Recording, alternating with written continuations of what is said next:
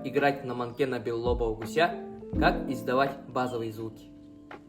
Во-первых, манок держим правильно.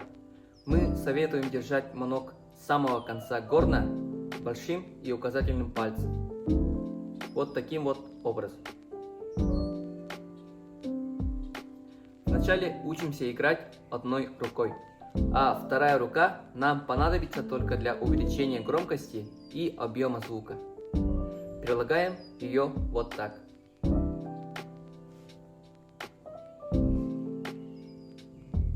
Теперь манок держим одной рукой и из живота широкой струей воздуха сильно, продолжительно дуем, показываю, и постепенно сужаем. Указательным пальцем немного закрываем отверстие горна, тем самым чуть-чуть препятствуем выходу звука. Тогда у нас получится срыв. Пробуем.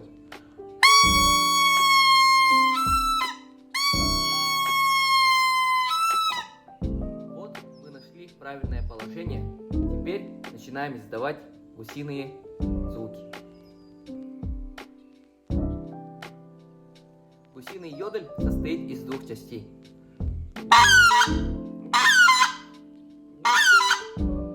Вначале учимся делать первую часть. Опять же дуем широкой струей, но с атакой в начале. Как будто кашляем. Пробуй.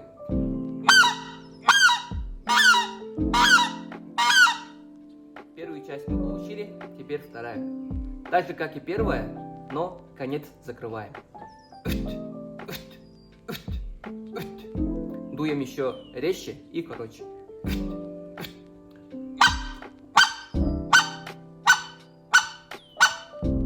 Теперь соединяем обе части.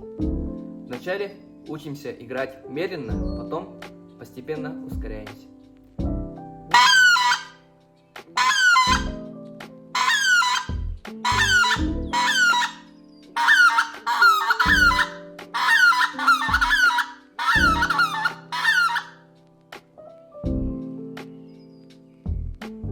Клакинг.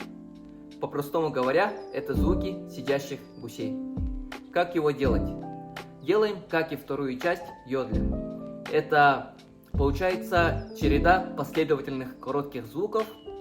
Так, дуем с атакой в начале и конец закрываем. Пробуем.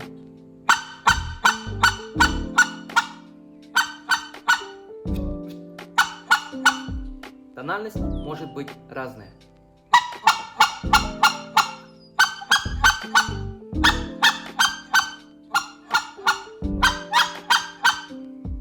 Эти звуки самые основные для удачной охоты на белолобого гуся.